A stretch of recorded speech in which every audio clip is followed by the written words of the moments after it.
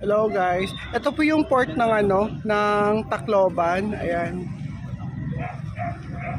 Ayan po. Ayan.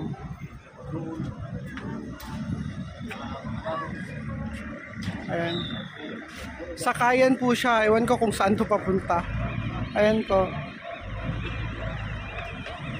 So every day off andito po naggagala. Ayan.